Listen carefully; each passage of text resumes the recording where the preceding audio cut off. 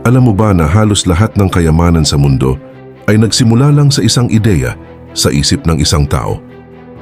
Bago naging kumpanya ang Apple, imagination muna ito ni Steve Jobs. Bago naging milyonaryo ang maraming negosyante, imagination muna ang puhunan nila. Ayon kay Napoleon Hill, imagination is the workshop of the mind where plans are created. Ibig sabihin, ang imaginasyon ang lugar kung saan ginagawa ang plano ng tagumpay.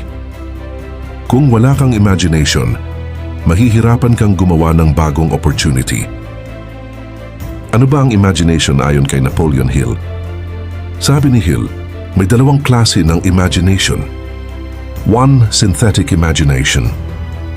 2. Creative imagination. Synthetic imagination. Ito yung pagsasama-sama ng existing ideas para makagawa ng bago.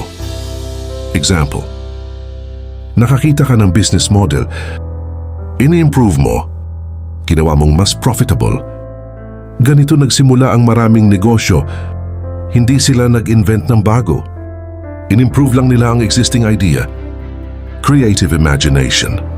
Ito naman yung bigla kang nagkakaroon ng idea o inspiration.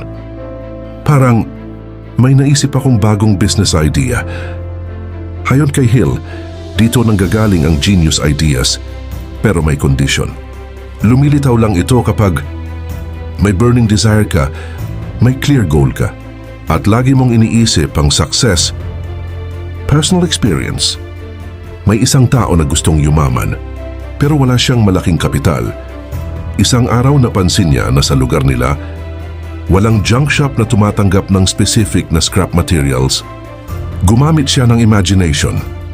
Imbes na gayahin lang ang ibang junk shop, nag-focus siya sa specific materials na mabilis umikot ang pera. Unti-unti siyang kumita. Hindi dahil sa malaking kapital, kundi dahil sa imagination kung paano paikot-ikutin ang opportunity. Quotable lesson. Ang imagination ang tulay mula sa pangarap papunta sa realidad. Kung kaya mong i-imagine, pwede mo itong i-plan at eventually pwede mo itong maabot. Mga paalala, hindi sapat ang imagination kung wala kang action. Maraming tao ang may magandang idea pero hindi nila ginagawa. Ang imagination ay tool, hindi magic. Kailangan mong gamitin araw-araw ang utak mo para mag-isip ng opportunity. Mga dapat gawin. Mag-set ng clear goal. Hindi gagana ang imagination kung wala kang direction. Mag-isip ng solusyon sa problema. Ang pera ay napupunta sa taong nakakahanap ng solution. Isulat ang ideas mo. Maraming milyonaryong idea ang nakakalimutan lang dahil hindi na isulat. Palaging i-visualize ang success. Ito ang nagpapalakas ng iyong imagination. Memorable ender quote.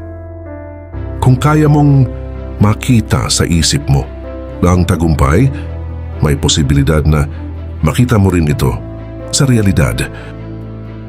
Dahil tandaan mo ito, lahat ng kayamanan ay nagsisimula sa isang ideya at lahat ng ideya ay nagsisimula sa imagination.